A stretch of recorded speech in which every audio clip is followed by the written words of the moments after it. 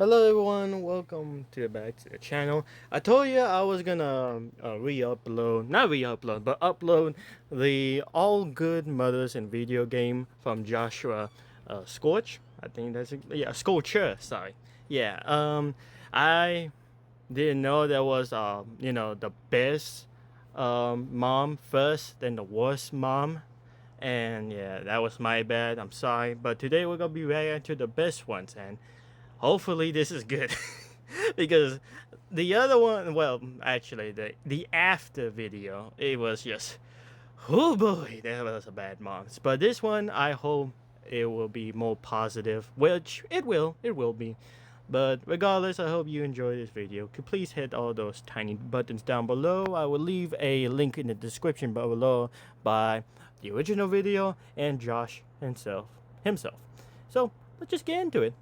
This video is brought to you Also, by happy Mother's Day, everyone. custom-built gaming PCs and parts for an affordable price. In Mexico, Use code we have it much Joshscorcher at checkout earlier. for a 5% discount. And make Monday sure you don't will have be any Mother's coupon Day. clipping extensions like honey installed or I don't get my commission. Thank you.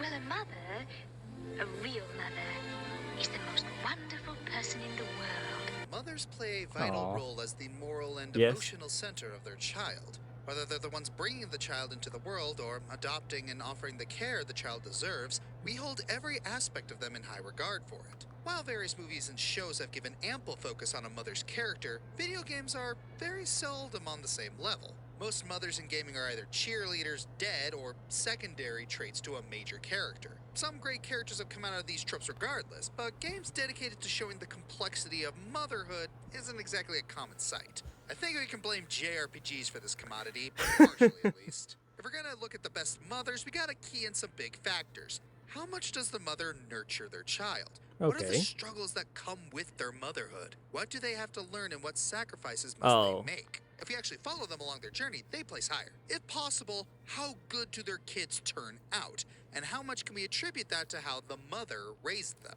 And finally, they have to be interesting characters that add layers to the story. Oh, It's yes, fine of to just course. be nice and kind sometimes, but there's gotta be some weight to it. Alright, here we go. And let's do this intro, baby. I'll be sure to follow him all those things.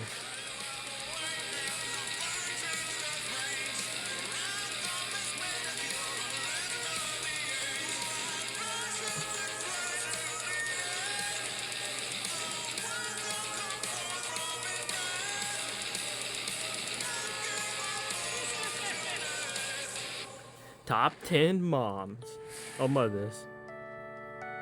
Number 10. Aw. Now, folks who haven't dived into the Metroid series are Oh. probably asking, what the heck is a Metroid?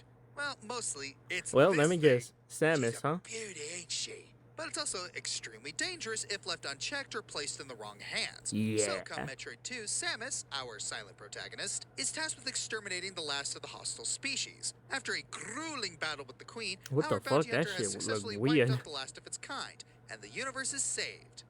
Or so we think. The baby. Yes, you've heard the memes now. Meet the The baby. responsible. Not the baby. A tiny infant Metroid and the actual very last of its kind. It imprints on Samus, and rather than just killing it, Samus decides, he's mine now, and adopts the little hatchling. We only see these two interacting a handful of times, like this cute post-game scene, and when they work together to fight Ridley. It's not More like but it shows how Cyber protective Ripley. Samus is of her new charge, and vice versa. Oh, This shit. familial bond comes to a head in Super Metroid. She tries giving the baby to some trusted scientists, only for Ridley to come a cradle robin. He swipes the squishy infant and brings it to Mother Brain, where it's transformed into an enormous, monstrous blob. A Super Metroid, if you will. Like how I worked the title in like that? No! It goes on a rampage and only barely recognizes its adoptive mama before pulling away from killing her. Unfortunately, this isn't a happy reunion. as the Yeah, hatchling I think I remember sacrifices this, itself yeah. to save Samus. Aw. This one deeply affected Samus, as she makes it known frequently in other M, like ad nauseum. And the baby, with the baby, with the baby, with the baby. Gotta see the baby. You've got to come over and see the baby. Of course, folks who follow me know by now there are bigger issues with Other M than the baby drinking game. But still, Samus spent years fighting and exterminating Metroids, so why spare this one? Is it purely because it's young and hasn't had a chance to become a monster or bioweapon? No. Or is it because she sees a kindred spirit in this little blob, the only one of its kind, all alone in a strange new world? Is he gonna Much as tell she about once was. Samus' I can't origin? buy either of these answers, honestly, because either way, it brought out a whole new side to Samus we never expected. Her dedicated kindness and maternal instinct towards her adoptive child enabled what was left of it to save her on several crucial occasions. While it would have been nice to see more moments of them together, seeing them have each other's backs was more than enough. Oh, okay, he didn't tell his origin. Okay, so Samus' origin is that Ridley came to her planet and absolutely killed everyone. Every human in that planet died because of Ridley. And Samus was only a 10, 6, something like that, and her parents got killed. But and she was adopted by the Chozos to learn all the skills and techniques. So yeah, I think when she saw the little one, she saw herself and just decided to adopt her, which is very sweet. Number 9.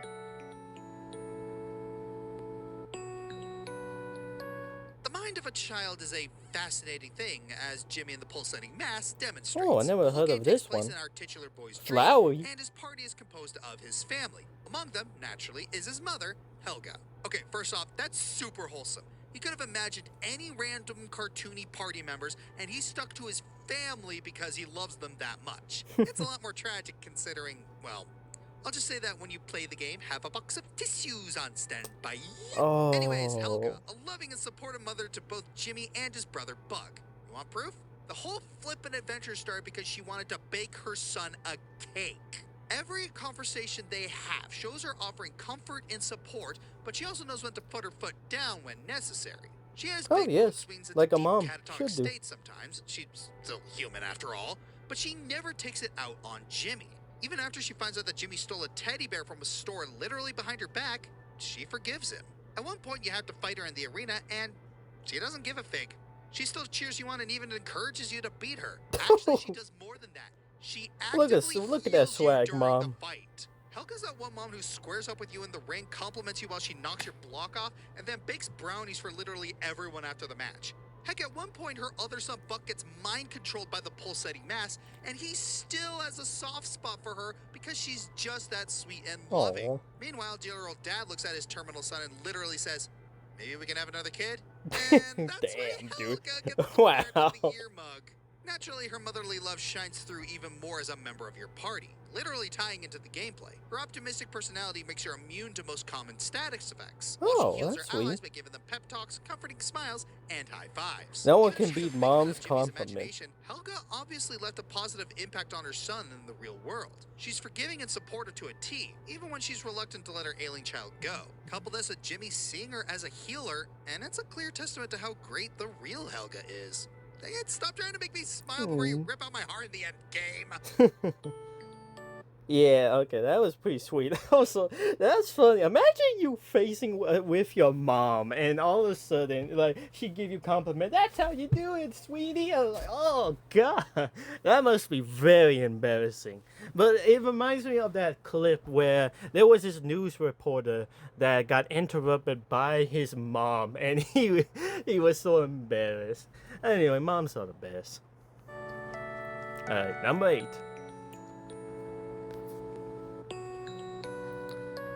Motherhood is a lifestyle that Oh! requires a great deal of sacrifice. You're Yeah. sacrificing your time, your body, your energy, and potentially your freedom if you're left on your own.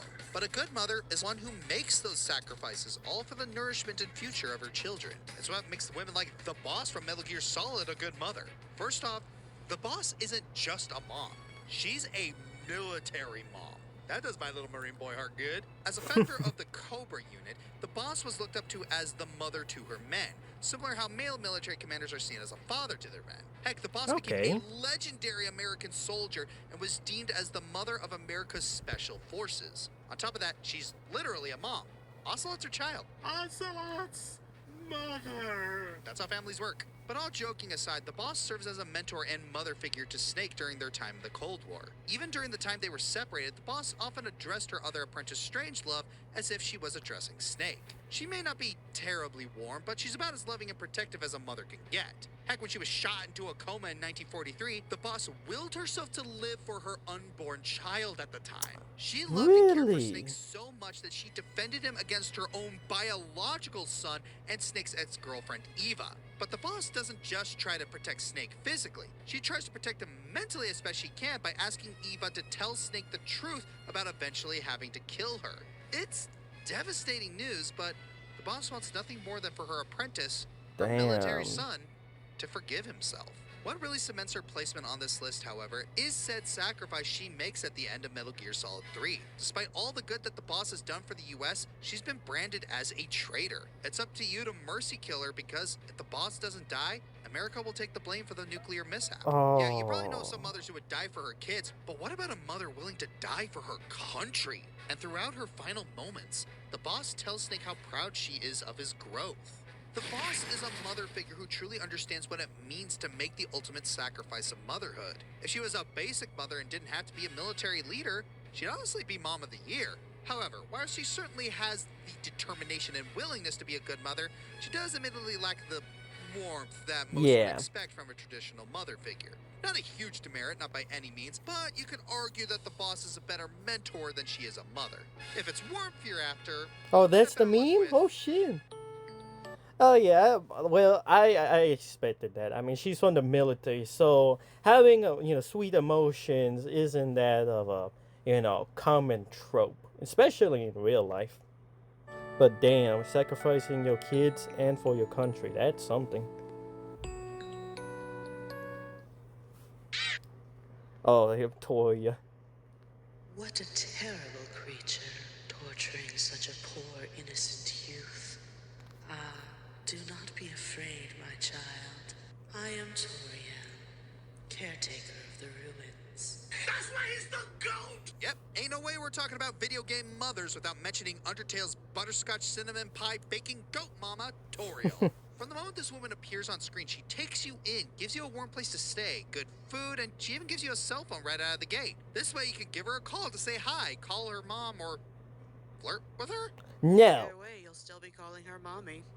I'm numb after the last countdown. You should need Anyway, to get let's another move on to the editor. wholesome interactions with Toriel, shall we? When you first encounter her, she guides you through the underground and teaches you how to solve puzzles.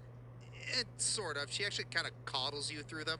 Like, she labels the correct switch for you, and there's a section where she holds your hand and guides you through a spiky bridge. It's actually pretty cute. Also, I like how Toriel is a little socially awkward. Like, she hasn't had anyone to talk to in the underground for so long that she gets nervous when she takes you into her home. Like, she wonders if you like butterscotch and cinnamon, worries about the state of her home, and for a woman who's supposed to be a large motherly figure, she's surprisingly shy, which contributes to her overall gentle nature. She's also I mean, she's been in the cave for how many years? I mean, of course she'll be awkward. She just wants someone to share her interests with, to share her life with. But unfortunately, she is a bit smothering, as she won't allow you to leave, leading to her boss fight where you have to spare her until she gives you a hug and allows you to leave, with the heartbreaking caveat that you can't return. And that's the only option you should be taking. Of course, all of this is just in the opening of Undertale. If you do a pacifist run, you will eventually reunite with her, and she expresses how worried she was about you. Something else worth mentioning is that Toriel doesn't just adopt you as her child. She's also the biological mother of Azrael. You know, the shy goat boy who turns into a... Yep. So she accidentally hit a child. And Deltarune as the adoptive mother for Chris, even though she's a bit more firm and disciplined with them than she is with you in Undertale. But let the record show that Toriel isn't just smothering and submissive. She isn't afraid to call Asger out for his misdeeds, and also, this moment, ugh, that's a mom stare that'll remove your spine from your body. Not much else to say other than Toriel fits the motherhood role to a T. She's nurturing, but also firm. She's socially awkward, which makes her extra adorable. She worries endlessly about your health, and she's a great cook to boot. And the fact that she came back in Deltarune shows just how much the fandom has adopted her as their collective goat mommy. Unless they started with a genocide run for some reason. But hey, people who play Undertale can play however they want. What am I saying? No, you can't. Yeah, Toya, she's a sweet person. She has gone through a lot. Not only that, she witness her husband killing a lot of children so that they can open the barrier. But she lost so many kids. I mean, she lost her own, she lost another adopted child named Chris. And even though that Chris was a bit like an evil person, I think, she still loved her. Or him. I don't know the gender. But yeah. I watched a video called Ruger's Complain and Tyrant? Not Tyrant, whatever. Ruger just complaining a lot. And one of the videos was that Toria, she is a bad person. She kills you and she kidnaps you. That's what he said in his complaint video. If you go to Ruger, Ruger. Yeah, he actually said all those things. She kidnaps you, she murders you, and she forced you to be in her home. That is all he said. That's what he said. I'm taking quote by quote by the video of him. You can go to Ruger's video and react to it. It's literally in it. I promise you. I swear to God it is.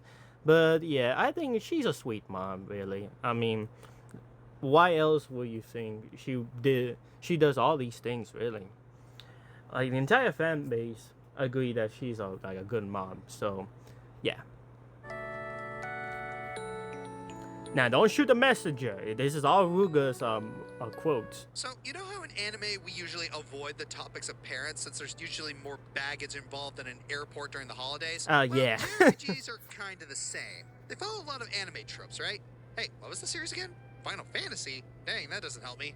Well, let's just scrap this whole thing then. I don't know what I was doing either. With 6's insane amount of characters, it's not surprising that a lot of them have parental issues they need to work through. Don't get me started on Shadow and Realm's hidden lore. Terra is the one you may not think about when it comes to that, as she never really knew her parents. But the relationship between them was a trigger for many events in the story. By the time the World of Ruin comes out, Terra knows about her parentage and her identity, but she still has to come to terms about it with clear confidence. When we find her, she's in a destroyed village taking care of the orphans left behind. While we ask for her help, she declines, electing to stay behind to take care of the children, but also to figure out these strange feelings and draw she has towards them as well. When we find her a second time, we help her fight off a monster attacking the village. It gets so bad that Terra has to transform into her Esper form to kill it, though she was hesitant to use it with how the kids may see her. Well, they were scared at first, but once they recognized it was her, they embraced her. It was at this point Terra realized what those feelings were. It was love and warmth.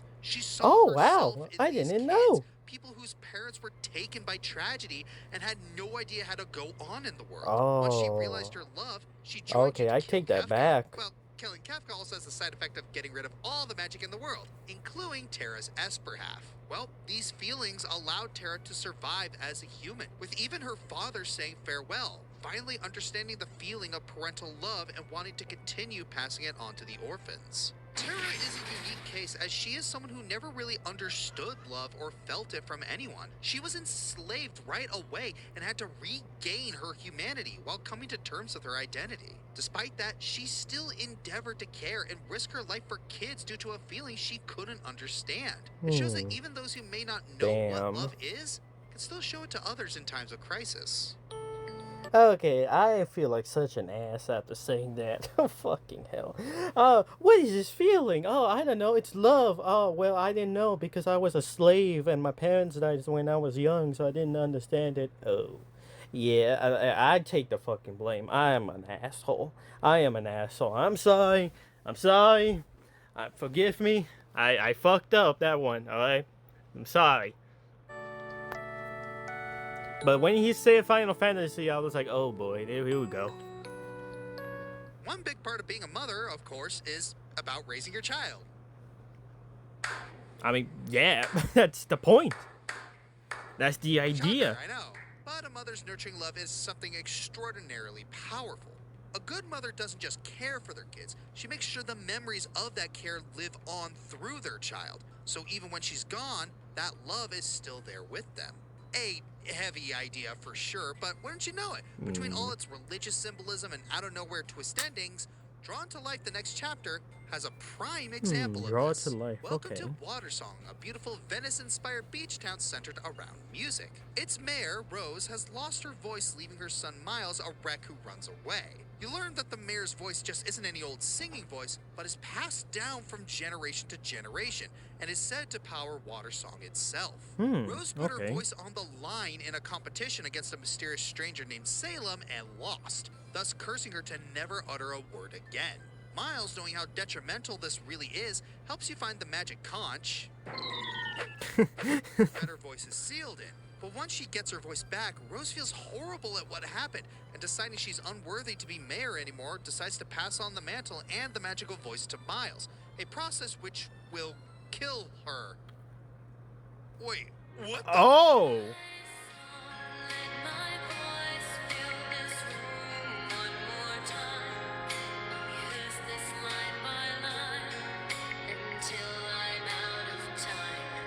Yeah, you're hearing this. Rose's final ballad, Light of My Not- Life, is sung in-game and sounds beautiful despite the DS's limitations. In it, Rose tells Miles that despite this being goodbye, she'll make the most of the time she's got. That she'll always love Miles, and as long as he has that love, they'll never be apart. That this is just a new chapter in his life, and that ultimately he'll be okay.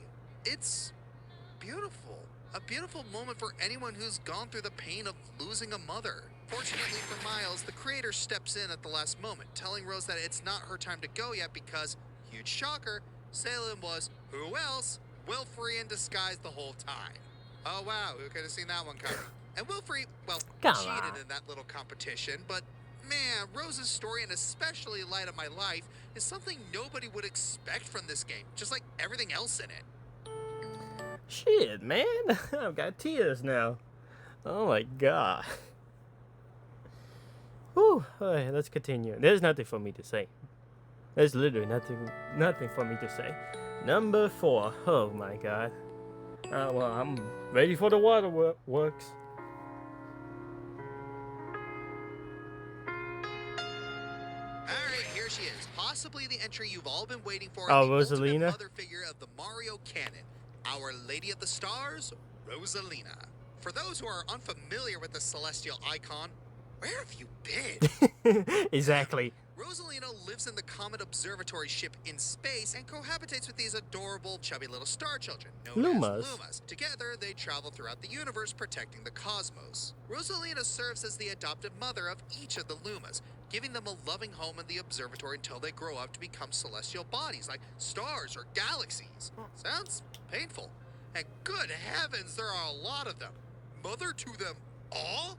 I don't know how you do it, girl. For an autobiographical story read to us by Rosalina herself, we Oh, learned that this she went to story. space one day as a child, lost and alone before running into the Lumas, who shared the same cold loneliness. Rosalina knew all too well the pain of losing one's mother, to be far away from a loving home. That traumatic experience was used for good, as she began to look after the orphan Lumas who had nowhere else to turn to. Although she was just a child, Rosalina took it upon herself to become the Lumas' new caregiver. The Lumas cheered as they accepted their newfound family in this human girl. Also, she reads bedtime stories to the Lumas in her library. Absolutely wholesome. Next Galaxy game, let's get Rosalina to sing a lullaby, yeah? Rosalina's vocals will be awesome. Aw. Even outside her interactions with her Lumas, It could be. Rosalina has a very diplomatic, calming, and gentle constitution about her. She brings those motherly qualities to anyone she speaks to. Her Comet Observatory is a safe haven for all and serves as a true home not only for the Lumas, but for Rosalina herself. Young Rosalina was in mourning, unable to let go of the family and life she would never see again. It's often said that serving others around you will bring you a strong sense of joy and purpose when you are at the depths of your despair. When life feels void and meaningless, many people rediscover that Starhearts. meaning and purpose by being that to someone else. Rosalina reframed her depression and grief over her home and mother into becoming a caregiver and steward for the Lumas, so they wouldn't have to feel that same pain. She's an enchanting example of healthily putting your worries aside for the comfort of others. The idea of being a mother is more than a role with Rosalina. It's a transformation and a process. It's a sense of life and purpose. The absolutely stunning piece you're hearing right now is called Family. Title speaks for itself. It contains the same melody played in the Observatory Waltz, It is Rosalina's theme. Her theme is family, regardless of when or how that happens. Sure, you have to dig deep, but yeah, this is still from a Mario game. It'd be great if they're willing to dip into these kinds of stories again. I'd love to learn more about her father or brother, too. Gonna take some hard convincing on Miyamoto's end, of course, but in the wise words of another space-themed character, the impossible is possible. Some, anyway. Yeah, that's really awesome. By the way, MatPat made a theory that Luigi and Peach are actually the real parents because in the playbook there was her mom, and she had like the similar features as Peach. So MatPat, by using the scientific method, started to analyze, the chromosomes and the eye color and things like that, and see that Luigi and Peach match perfectly for Rosalina, which is really interesting. Now it's not gonna happen because Mario's universe is inconsistent, to say the least. It's a kids game, so what the fuck? So why the fuck does it need to be consistent? But yeah. Number 3. Oh god. Alright, here we go. In the wide, complicated world of classical Greek mythology, family is a tumultuous thing. Oh, yeah. Half the time, having the gods as parents means Zeus did a Zeus, and now it's your problem. And mother figures really aren't much better. Yeah. Hera isn't winning any Mom of the Year awards. They're all bad. But Supergiant's Hades takes a more favorable approach to the family tumbleweed that is this pantheon. Protagonist Zagreus is motivated to climb his way out of the underworld to mend the relationship between his father, the titular Hades, and his mother, the goddess Persephone. While this game does have a strong portrayal of her, Persephone isn't who we're talking about here because Zag had a mother figure already present in his life, the goddess of night, Nyx. During his youth, Zagreus was raised under the impression that Nyx was his birth mother, and Nyx wasn't just his stepmom, she was the mom that stepped up. Over the course of the game, you learn more and more about how far she's willing to go for Zag and her other kids. She's very supportive of Zagreus' mission to reach the surface, even providing the mirror that helps you upgrade Zag's inner strength. When you do reach the surface, things seem odd though, as Persephone was under the assumption that Zagreus had died in childbirth, and the curse of being a chthonic god means he can't stay on the surface long enough to clarify with what she means. Nyx, however, is the one who helps clear things up. Zagreus, in reality, was stillborn, and that completely shattered the relationship between Hades and Persephone. Nyx, however, took matters into her own hands and defied the fates themselves to bring Zagreus to life. And if you know Greek mythology, that's ludicrously difficult. Nyx moved heaven and earth to make sure Zagreus was able to live a happy life, and his ability to contact the gods and fulfill his quest wouldn't be possible without her. Damn. It's revealed later on that she, along with Hermes and her son Charon, worked together to establish contact between Zag and the Olympians, all to try and mend the entire broken family and bridge the gap between Olympus and the underworld. Nyx is a mother who goes above and beyond, not just for the sake of her children, but for the sake of everyone in the family as well. It's fitting then that through Zag's journey, he ends up helping her establish contact with her parent, Chaos. She helped him find his mother. It's only fair he returns the favor. Damn, where the fuck was she when Kratos was just going apeshit on the family? No, not just Kratos, everyone was going apeshit at each other. We found one of gaming's best moms in an indie roguelike. Now we're about to find one in an indie Metroidvania. Laika, aged through blood, features a coyote named Laika, who stands as the sole warrior of her people fighting a war against the bird army, gunning them down while speeding through the wastelands on her motorbike. Oh, Why is she shit. the only warrior? Because she descended from a lineage of shamans blessed, or cursed, with the gift of immortality. If that's a lot to process, let me sum it up in 4 words. Immortal, gunslinging, biker, coyote. Tell me that's not a recipe for one of the most awesome character designs ever. Oh, and did I also mention she's a cool mom? Yep, fierce and bad as she is, Laika's also a caring mother to Puppy, her 9th and only living child. Considering Laika didn't exactly grow up with the best mother in the world, she tries to give her own offspring a happy and fulfilling childhood. Sadly, all of her previous kids died from an illness that comes with the curse of her lineage, and she's scared to get attached to her last one. Regardless, it's her obligation to have Puppy in order to pass her immortality to the next generation. And for what it's worth, Laika always does her best. Not only is she spending time with Puppy and doting her with gifts, she's also tearing through the thicket of war in hopes of paving a safe and bright future for her child. And boy, let me tell you, no matter how much she's worried about getting attached, no matter the risk she has to face with Puppy dying out, she loves that kid dearly. Enough to unleash hell on those who kidnapped her. The enemy, her own folks, deserters, no one is safe when the mama hound bears her fangs. Oh, But this also shit. brings attention to a flaw in Laika's parenting. Oh. She may have been a supportive mother, but in a world surrounded by merciless cutthroats, she's not setting the best example by being overprotective. It's her obligation to help Oh, Puppy yeah, that's succeed, and true. they unfortunately didn't spend enough time training together. Then again, to be fair, she's in a difficult spot. Laika's stuck in a scary middle ground of being hopeful her kid lives and doubting she'll survive when the last 8 didn't. Nevertheless, she realizes she can't always be there for Puppy and that she will have to let her grow in this environment whether she wants to or not. By the end of the game, Laika finds out that Puppy beat her illness and inherited her immortal curse, leaving Laika with her last life. She spends that life chasing after a bomb dropping right over her settlement, destroying it before it would destroy her home. Finally, the warrior embraces her end, knowing that her daughter will live. Balancing being a strong warrior and a caring mother is no easy task, especially when you're in constant alert for death in every corner of the world. Laika put all her cards on the table, and despite the shortcomings, she definitely made a compelling case. And come on, Laika's a mother protagonist. Motherhood is at the core of the story. Of course she had to be this high, especially when there's strangely so few of these to go Yeah, around. that is If there's 100% true.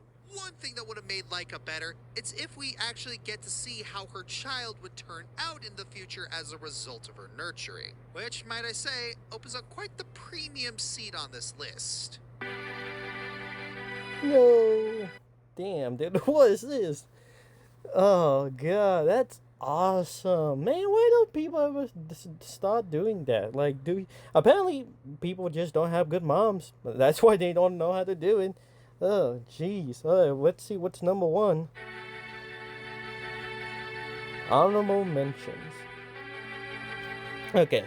Scarlet Robe, Fable, a champion who enjoys the quiet and loving family life. Respect.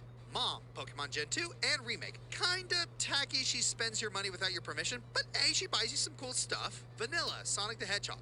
She lets Cream go a little too often, but the IDW comics, especially the Zombot arc, really ramps her up. Oh, Verity shit. Gavel, Ace Attorney Investigations 2. Lover or hater, can't deny she's very supportive of her surrogate sons. Genova, Final Fantasy VII. She's evil, but hey, can't blame Sephiroth for being so attached to the alien that keeps him alive.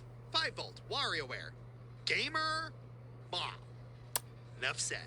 Need a Damn, game that's PC that's awesome. powerful, reliable, and custom built just for you? Redneck Engineer delivers expertly assembled rigs crafted to maximize your gaming performance right out of the box. From esports domination to flawless streaming, Redneck Engineer PCs have a lifetime customer support and a 1-year warranty. You're Skip.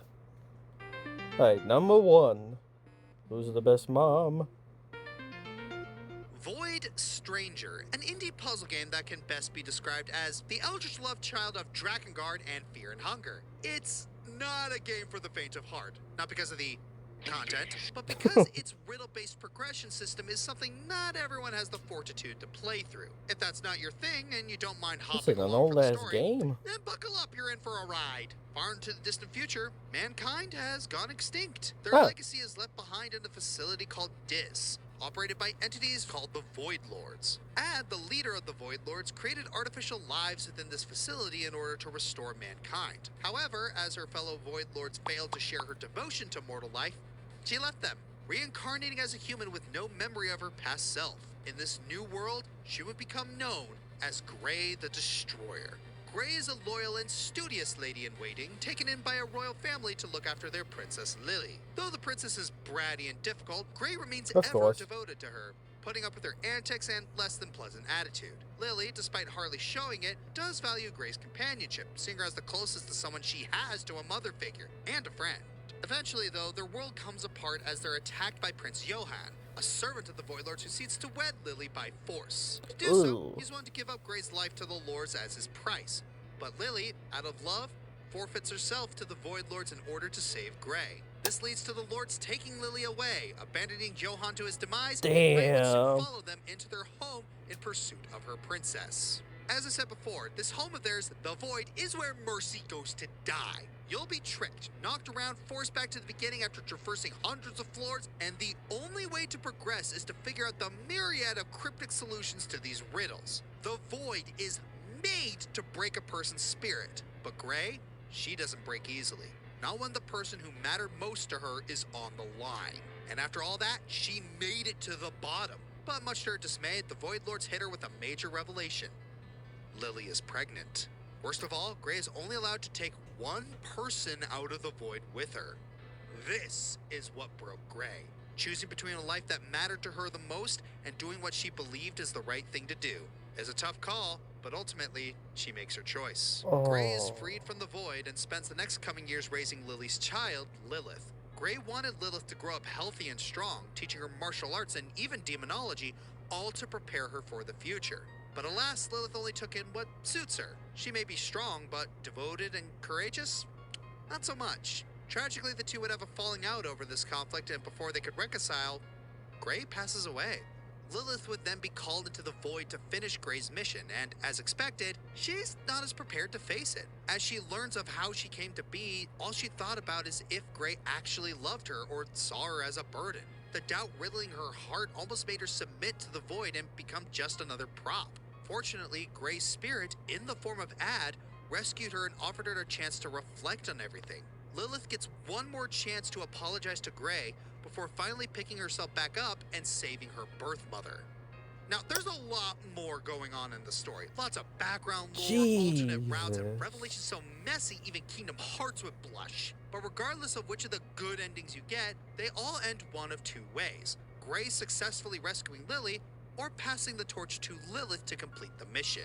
Grey's story is all about persevering and restoring humanity by inspiring their core values into those she nurtured. We see all of it, from her devotion to stand by her daughters even when they talk down to her, the relentless perseverance to go through the Void in order to rescue them, and the heartbreaking sacrifices she has to make for their well-being. Sure, her parenting isn't perfect. She expects too much from Lilith to follow in her footsteps without being transparent, and Lilith has every right to doubt her for it. But, come on. How are you going to tell someone raised in a modern suburban environment that their real mother is kidnapped by a bunch of demons residing deep within a hellish void? Let's face it, not everyone has the answer to that. No, The no one struggle and does. No one heartbreak is does. part of the sacrifice that comes with motherhood. But offering compassion and dedication from one life to the next is what makes it all worthwhile. Despite everything Grey went through, she truly does love Lilith just as much as she loved Lily. And in the end, having the humanity she inspired in them prosper forward is everything. I'm Joshscorcher, reminding you to be good to your moms, whether she's an awesome video game matron or not. Cut! Damn, dude. Yo, that was. Whew, that. Yeah, be sure to love your moms as well. Well, that'll be all. Thank you so much for watching. I will leave a link in the description down below. And happy Mother's Day, everyone. And be sure to love your moms as much as they love you. Bye.